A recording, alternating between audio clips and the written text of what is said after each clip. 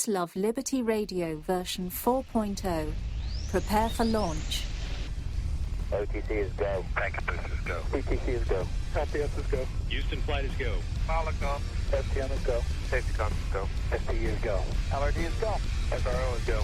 CDI is go. Launch Director, NTD, our launch team is ready to proceed at this time. 99, proceeded, 3, 2, 1, ignition. Right away, Houston. Consequences so severe, so pull your trigger quickly, dear. Our patriots are acting up, let's punish them with fear. Hey, hey! Hey, it's Peace, Love, Liberty Radio, episode 308. And yes, today is Wednesday, which means that normally I would be answering your questions right now, but I'm disappointed that you did not send me any. So, since there are no questions to answer for the Ask Me Anything, let's jump into version 4.0 of Peace, Love, Liberty Radio. And I'm actually going to do something that you might think is counterintuitive, since the whole purpose of version 4.0 is to help you become a better version of yourself as I become a better version of myself. And, well, you know, most people would say, well, just remain positive. Think positive things. Well, apparently, focusing on the positive can actually be counterproductive. And I will tell you the reasons. The article comes from lifehack.org. Whenever something bad happens or you're feeling down, people will often tell you to keep your chin up, to look for the silver lining, and keep focusing on the positives. The truth is that sometimes that is not helpful, and it's actually patronizing. When we're feeling sad or angry, when we've been through a rough time, we need our feelings validated, and we need to acknowledge the negativity in a healthy way in order to move forward. And there are some people that will say, well, you know, why are you depressed? Why are you sad? There are people that have it much worse off than you. And the proper response would be, well, why are you happy? Because there are people that have it better than you. So it's really all about perspective, and not belittling the fact that somebody has a negative feeling, but actually, you know, working through that. This does not mean that you should wallow in a bad feeling and harbor destructive tendencies, they write. Instead, we need to look for opportunities to see the bright side in a healthy and constructive way. We also need to give attention to negativity and address the things that are uncomfortable and unpleasant. It's important to find healthy ways of focusing on the positives. When we face adversity, it's vital to keep things in perspective so that we don't spiral into depression and despair. And this is something that I've definitely dealt with previously, and I've probably talked about a good bit.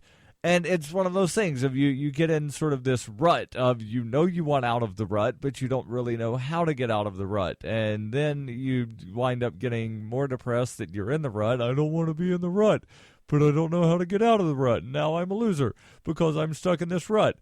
You know, what kind of loser gets stuck in a rut? And then you just never really get out of the rut. And then, you know, like something, every now and then something just sort of happens, and then you get the motivation to get out of the rut. And then you wind up realizing, hey, I'm not in this rut anymore. Wow, I'm glad I'm not where I was. So you have to have an attitude, they write here at lifehack.org. And, of course, the article will be in the show notes. Having an attitude of appreciation and gratitude about the things that are going right will help balance negative feelings. A good way to do this is to consider two things. Firstly, things can always be worse. Secondly, if things can't get any worse, they can only get better. And the next paragraph here has a term that might wind up triggering some people, not the people that most people would think when they hear the word trigger. Generally, when somebody says, oh, this is going to trigger somebody, they think, oh, those damn leftists. But no. The righties can be triggered as well with certain words, and this paragraph contains one of them. It says, we should maintain awareness of privilege and ask ourselves, in the scheme of things, how bad our situation really is. Does what we're going through impact our physical safety and our health? Will it change our life dramatically in the long term? Or is it only a minor hiccup, only causing us temporary discomfort and inconvenience?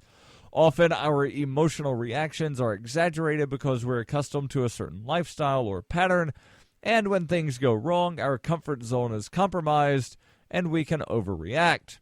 This is not to say that our initial feelings aren't valid, but a brief moment of reflection will allow us to separate our immediate and reactive response from what it actually, or rather from what is actually an appropriate and warranted reaction in the given situation. It is precisely in the face of misfortune when experiencing joy is vital. There should be no guilt or shame for taking pleasure in the things that make us happy, even when a situation calls for grief or sadness. Laughter is indeed the best medicine, and reminding ourselves about the things we love and the things that make us happy in the midst of a crisis is a good way it is a good way to even out our emotions and help bring things into perspective. It gives us the relief and motivation we need to energize ourselves to get through hardships. So, yes, you should allow yourself to feel emotion, but again, don't allow yourself to wallow in the pity or wallow in the sadness. Just like if you're always happy, then people are going to think that there's something wrong with your brain in a slightly different way than if you're always sad. So, like normal, and I hate using the term normal because there's not really anybody that is normal, but people that aren't one extreme or the other have a range of feelings. So, like some days you might be happy, some days you might be sad, some days you might be both within the same day, within 5 minutes of one another, and that's okay. That happens. There's more on this. Stay tuned. This is Peace, Love, Liberty Radio version 4.0 online at fppradio.com.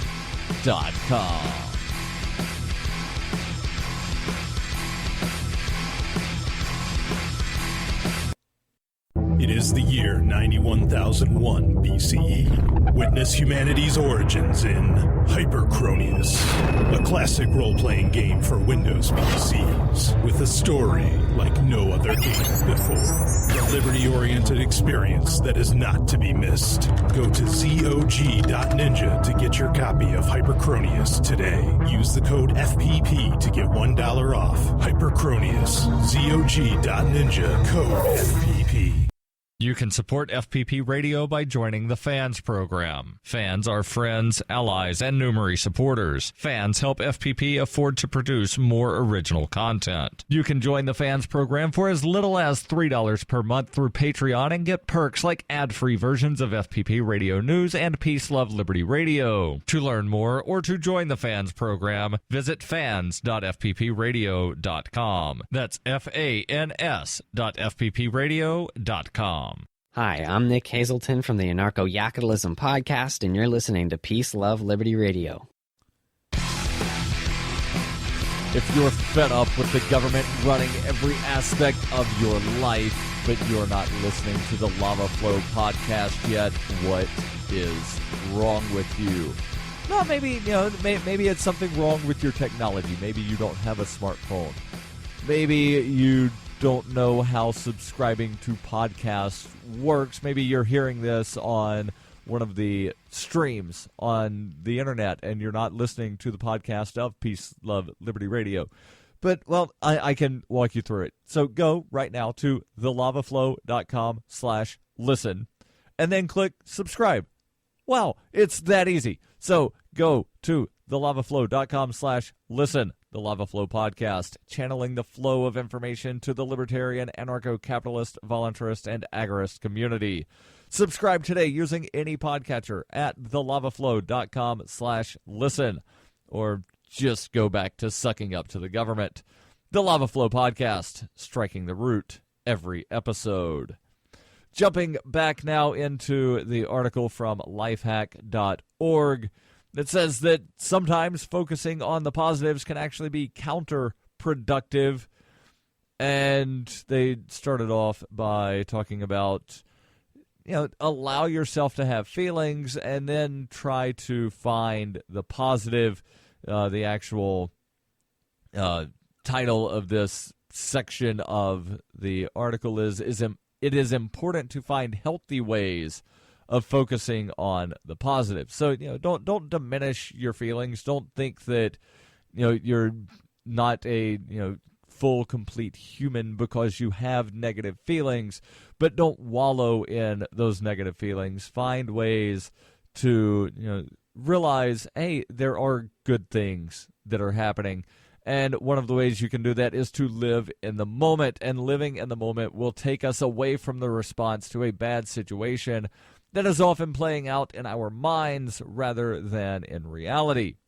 Often the psychological effects of a run of bad luck can be very powerful and crippling, stopping us from doing even simple day-to-day activities. Having a distraction from the drama and focusing on the positives in a healthy way is best achieved by paying attention to the present.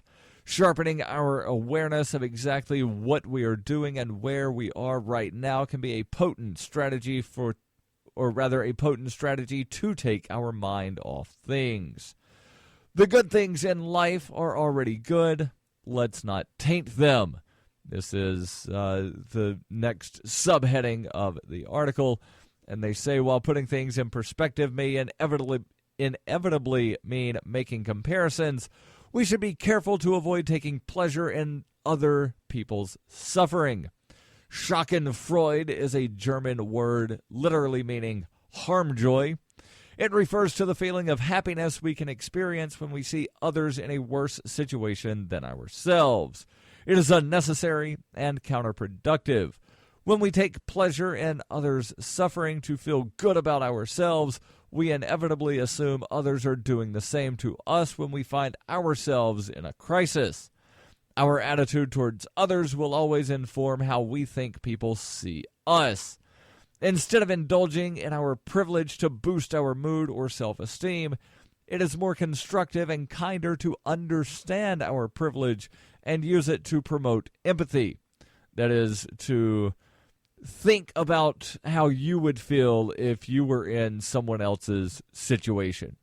So, there's the saying about never judge a man until you walk a mile in his shoes. And that's really true in a lot of respects, and more so in response to feelings about, how things are happening. Of, I had a string of bad things happen to me. No wonder I'm feeling a little down. And, so you should wind up putting yourself in the other person's shoes of, wow, how would I feel if all of these bad things happened back to back to back? I'd probably be a little down. Don't just go and tell the people, well, you've got this thing, because at the very beginning of the article it said when you do that, you're actually making the situation worse, because then you're essentially patronizing the person and making them feel as though they're less of a person or not a, quote-unquote normal person because they're acting in a way that you think they shouldn't be acting. Thinking about the good things in our lives in comparison to the injustice others experience is important, not to serve the purpose of giving us satisfaction or pleasure, but instead to give us clarity and context. It should make us want to alleviate the suffering of others. Altruism is cyclical. The more we connect with others and contribute to their well-being, the more we find ourselves on the receiving end of the same generosity and affection, and furthermore, the more we want to participate in the exchange. That does not mean ignoring or shying away from trouble or ill feeling. It simply means using our common humanity and our shared experience, even when they are painful, to raise each other up. And this is sort of one of those internal conflicts, right? When you're feeling depressed, you don't want to be around other people. And so then you start feeling worse because now you're alone while you're feeling bad.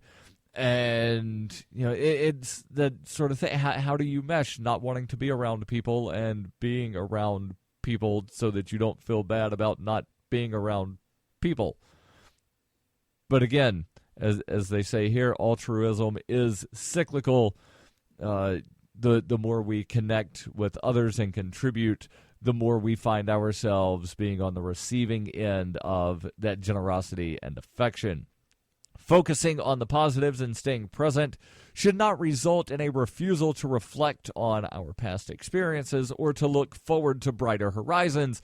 Being mindful and present does not mean disconnecting from the one thing that is unique to our human species, contemplation. In fact, mindfulness enhances this quality. The clearer our mind, the less clouded we are by irrationality, the more we are able to make sense of our past experiences in order to move on. While focusing on the positives in a self-serving way can be counterproductive, we don't need to spend our time dwelling on the negatives in order to extract value from our tribulations. Acknowledging our disappointments, feelings of betrayal, sadness, anger, jealousy, and frustration is healthy, but it's not necessary to feel obligated to indulge in ill feeling or lament injustice. It is perfectly normal and acceptable to respond appropriately to any situation that upsets us without needing to overanalyze every aspect of it. However, to ignore these feelings or distract ourselves from dealing with them will only cause them to fester and grow. The result is destructive. And I'll finish the article. Stay tuned.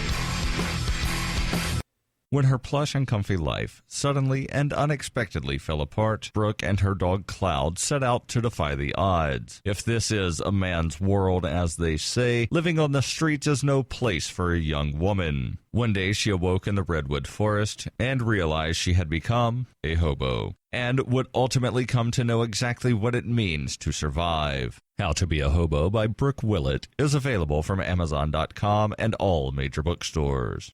In 2115 New England, there are no borders, no states, and no regulations, yet never has a more peaceful and prosperous place existed. But Mr. Drake's security company has seen better days. Faced with the prospect of waning power, Mr. Drake intends to replace the anarchy of New England with a government. But at what cost? Will anybody care? And can anyone stop him? Anarchy in New England by Joe Jarvis is available from Amazon.com and all major bookstores. You're listening to Peace, Love, Liberty Radio with Darryl W. Perry, online at fppradio.com.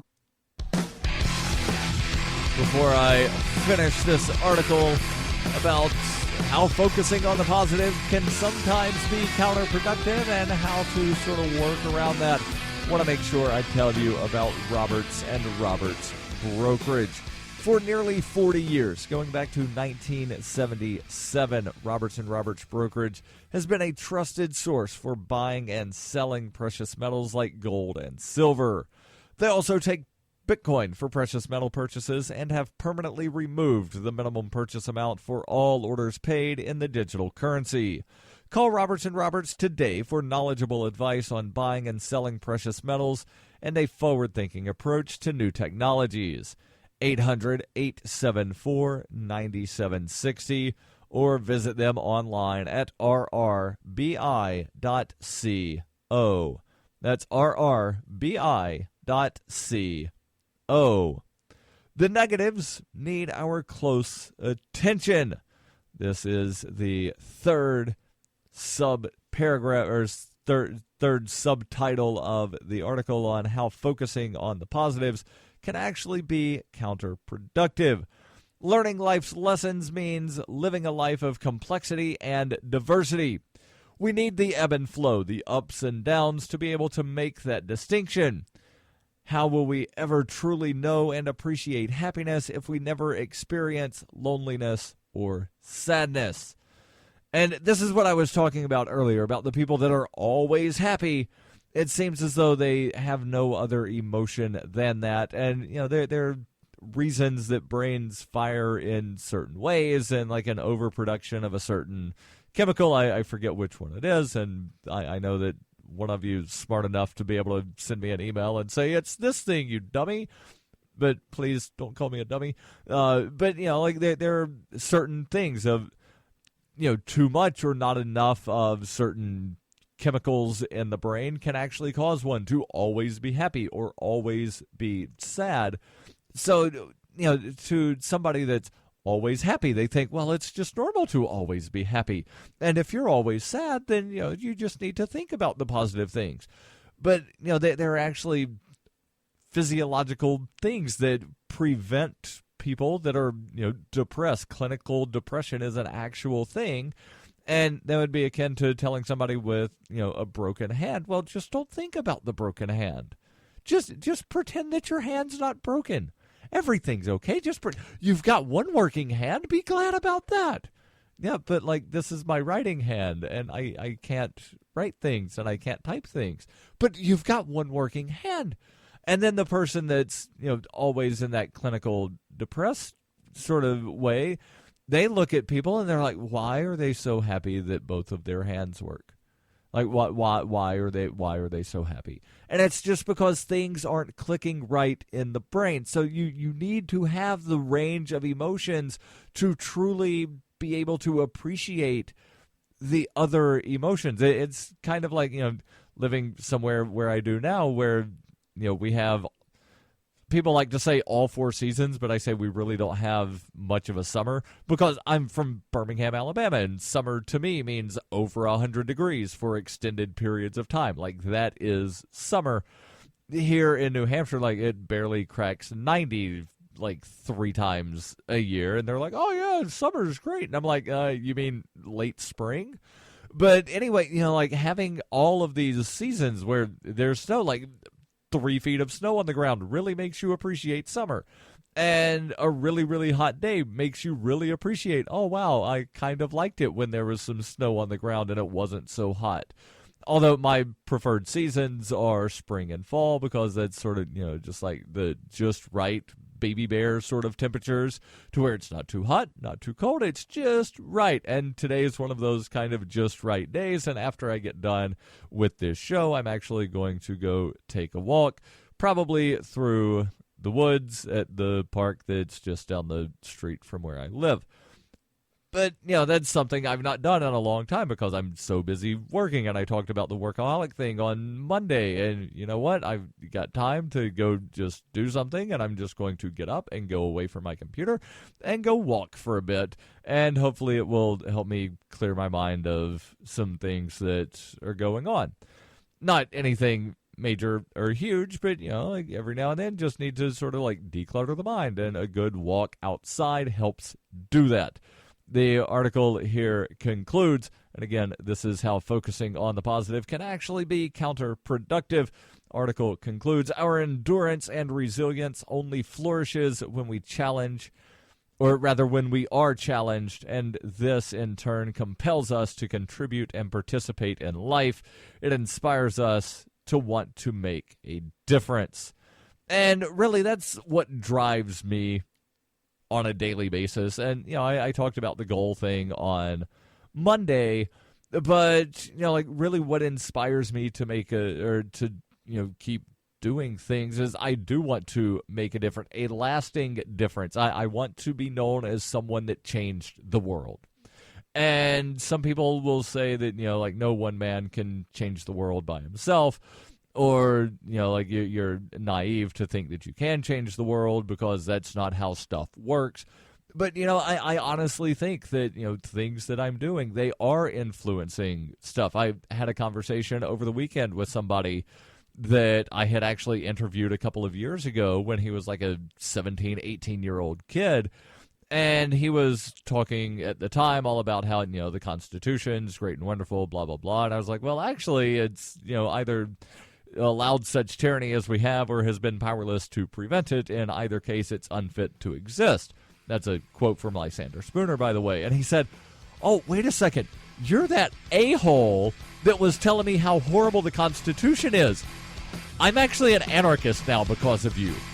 So, it's not a huge thing, but I'm influencing people, and that's what drives me, is I want to influence more people. I want a world set free in my lifetime, or at least inspired partially by my life. Why do they hate us?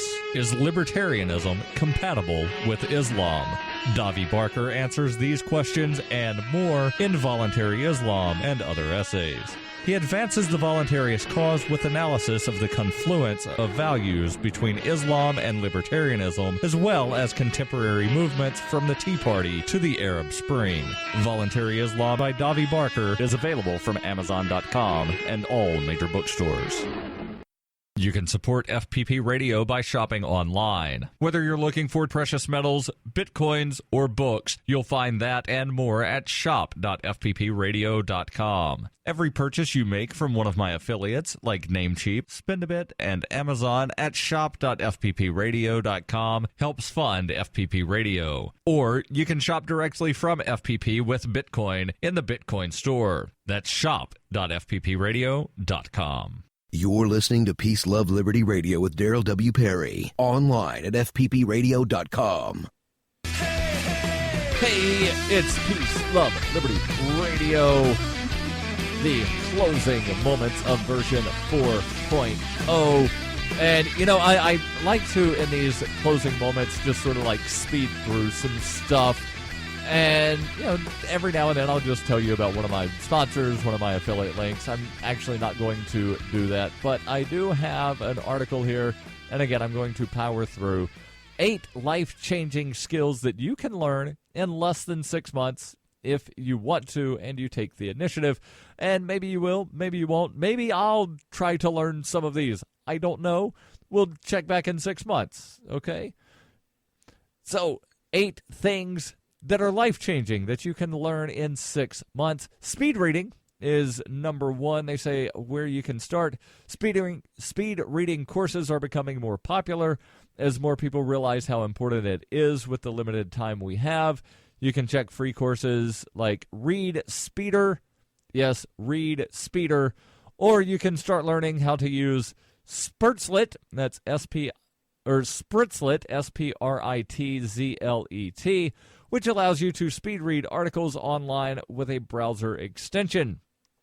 Public speaking, and this is one that I already know how to do, and I attribute that to taking a public speaking class in high school. And actually, the way I do speeches now is totally different than the way I did speeches 20 plus years ago in high school. And my speech teacher would absolutely want to slap me across the face now because, I'm sorry, Miss Herring, but I don't write down every word that I'm going to say. I like to have notes and, just like real brief. I still have the notes of an hour-long speech that I gave in Michigan last year in my wallet. And it's just like maybe 10 or 12 words. And, so boom. Here's things. I want to talk about this. All right, done.